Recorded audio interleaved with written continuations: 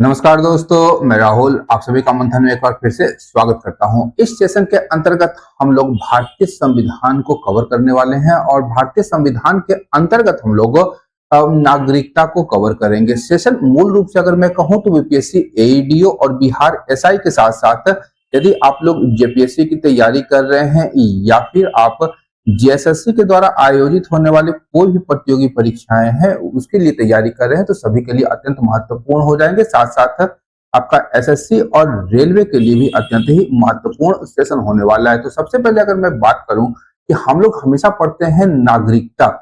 नागरिकता की अगर मैं बात करूं तो क्या आपको ये पता है कि भारतीय नागरिकता की परिभाषा क्या है या संविधान में इसे किस रूप में परिभाषित किया गया? बड़ा इंटरेस्टिंग फैक्ट है ये। और अधिकांशतः अगर हम लोग बात करें तो नागरिकता की परिभाषा की जानकारी हम लोगों को नहीं होती है, ये ध्यान रखिएगा। क्या संविधान में क्या परिभाषित किया गया ये जानकारी नहीं है। अगर हम लोग सबसे पहले नागरिकता की बात करें तो ध्यान रखिएगा कि किसी भी देश का नागरिक, अगर हम लोग भारत के संदर्भ में बात करें तो भारतीय राज्य और नागरिकों के मध्य जो संबंध है वो नागरिकता दर्शाती है। यहाँ ध्यान रखिएगा कि भारतीय नागरिकों को यहाँ पर नागरिक और राजनीतिक अधिकार प्राप्त होते हैं, लेकिन साथ ही हमें ध्यान रखना है कि भारत में न केवल भारतीय नागरिक अपितु विदेशी भी निवास करते हैं, लेकिन उन्हें नागरिक और राजनीतिक अधिकार प्राप्त नहीं होते। यद्यपि मौलिक अधिकारों की जब हम लोग बात करते हैं तो कुछ मौलिक अधिकार उन्हें प्रदान किए गए हैं, लेकिन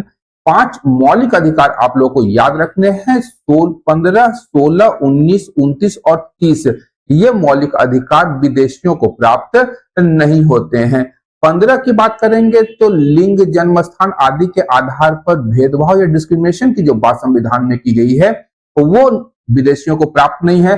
रोजगार विदेशियों को प्राप्त नहीं होते हैं। अभिव्यक्ति की स्वतंत्रता, निवास करने की स्वतंत्रता या व्यापार करने की स्वतंत्रता आदि जो है विदेशियों को प्राप्त नहीं है आर्टिकल 19 के अंतर्गत।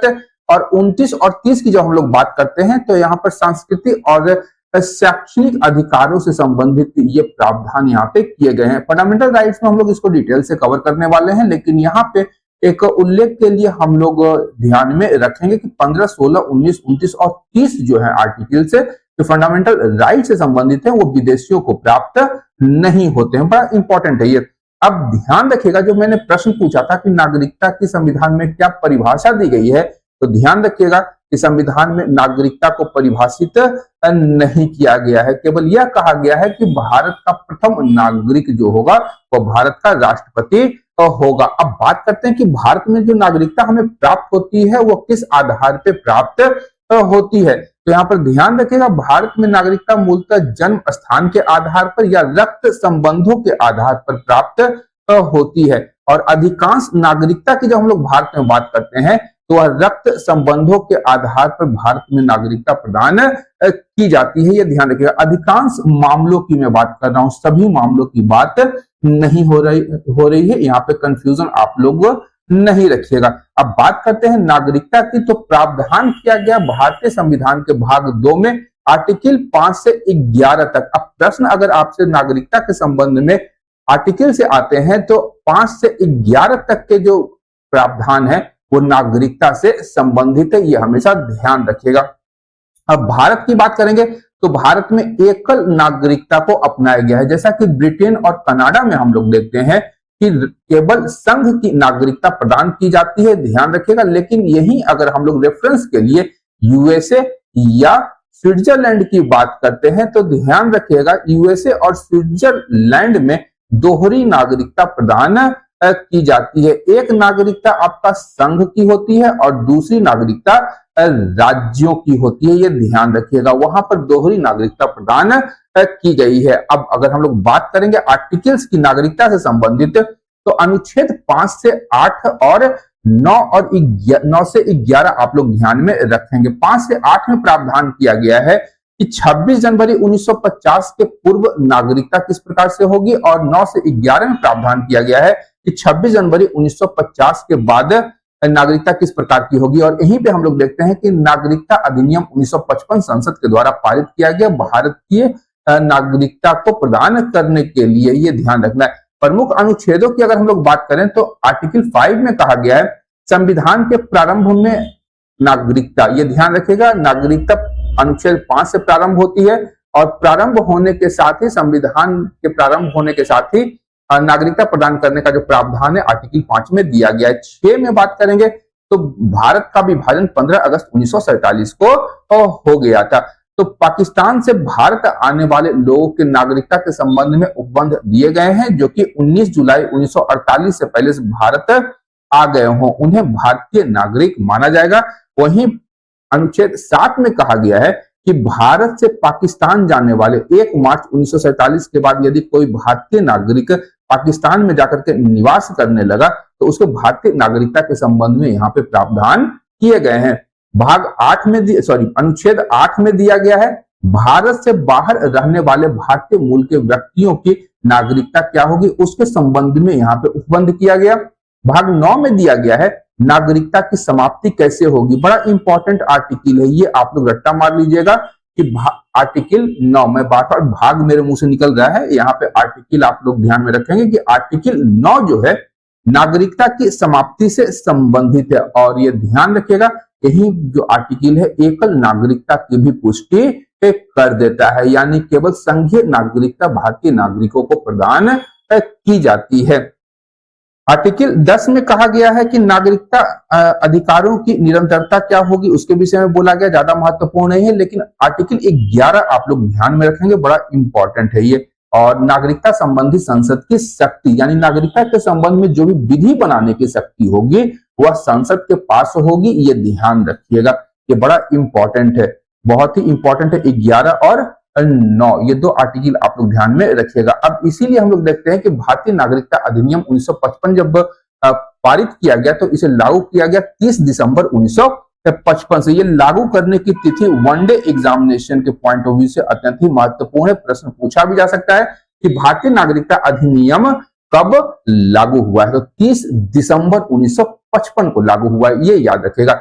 अब नागरिकता प्राप्ति के बात अगर हम लोग करेंगे तो भारत में कितने प्रकार से नागरिकता प्रदान की जाती है, तो सबसे पहले जन्म के आधार पर भारत में नागरिकता प्रदान कर दी जाती है। दूसरा है वंश परंपरा के आधार पर, यह ध्यान रखिएगा, बड़ा इंपॉर्टेंट है।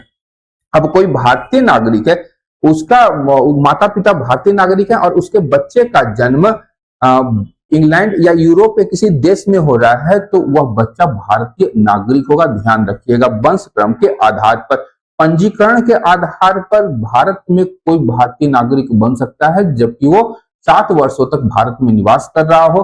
देशीयकरण के द्वारा 12 वर्ष के निवास का प्रावधान किया गया है और किसी भी क्षेत्र को यदि भारतीय राज्य में शामिल कर लिया जाता है तो उस क्षेत्र के जो नागरिक होंगे या निवास करने वाले जो लोग होंगे वो भारतीय नागरिक के रूप में परिवर्तित हो जाएंगे। तो ये 5 प्रकार से भारत में नागरिकता प्राप्त की जाती है। अब समाप्ति किस प्रकार से होगी, तो ध्यान रखिएगा कि नागरिकता की समाप्ति मूलतः 3 प्रकार से हो सकती है, या तो हम लोग स्वेच्छा से अपनी नागरिकता का त्याग कर दें या हम जो संसद है, संसद या जो सरकार है हमें इससे वंचित कर दे। अब वंचित करने का आधार भी बहुत ठोस होना चाहिए। कारण क्या है कि नागरिकता से वंचित इसी प्रकार से नहीं करेंगे यदि हम लोग युद्ध काल में या किसी ऐसे समय में जब देश संकटों से घिरा हुआ हो और शत्रु देशों के साथ सहयोग कर रहे हैं तो हमारी नागरिकता जा सकती है, ये ध्यान रखिएगा। तो यहाँ पर सरकार वंचित कर सकती है या हम लोग माइग्रेट करके किसी अन्य देश की नागरिकता स्वेच्छा से ग्रहण कर लेते हैं तो हमारी भारतीय नागरिकता स्वतः ही समाप्त हो जाती है। अन्य देशों से नागरिकता लेने पर हमारी नागरिकता स्वतः ही समाप्त हो जाएगी। अब क्या है, नागरिकता संशोधन अधिनियम 2019 CAA सिटीजनशिप अमेंडमेंट एक्ट बड़ा हो हल्ला हुआ था और दिल्ली में इसको लेकर के शाहीन बाग में प्रदर्शन भी काफी दिनों तक, लगभग 2 सालों तक चला था। अब इसमें मूल प्रावधान क्या था, तो मोटा मोटी हम लोग यहाँ पर समझने का प्रयास करेंगे कि क्या प्रावधान इसमें किए गए थे। इसमें कहा गया था कि 3 देश बेसिकली आपका बांग्लादेश, अफगानिस्तान और पाकिस्तान से आए हुए वैसे अल्पसंख्यक वहां पर अल्पसंख्यक होने चाहिए। इसमें शामिल कौन थे, तो हिंदू, सिख, पारसी, बौद्ध, ईसाई और जैन, ये 6 धर्मों के लोग यदि भारत आकर के नागरिकता ग्रहण करना चाहते हैं तो इन 6 समुदायों को भारत में नागरिकता प्रदान कर दी जाएगी। कारण क्या था, यहाँ पर एक बेसिक कॉन्सेप्ट याद रखिएगा कि बांग्लादेश, अफगानिस्तान और पाकिस्तान ये तीनों राष्ट्र जो हैं ये इस्लामिक राष्ट्र हैं, ये ध्यान रखिएगा।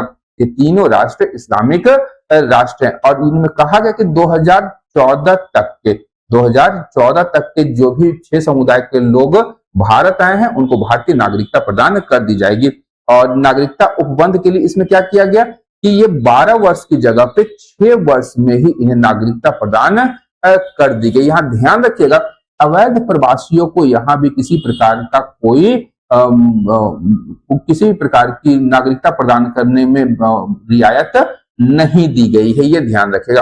अब प्रवासी भारतीय नागरिकों की अगर हम लोग बात करें तो इसमें हमारा सबसे पहले overseas citizen of India OCI का स्थान आता है। इसकी शुरुआत 2005 में की गई थी, ये ध्यान रखिएगा, डेट बड़ा इंपॉर्टेंट है।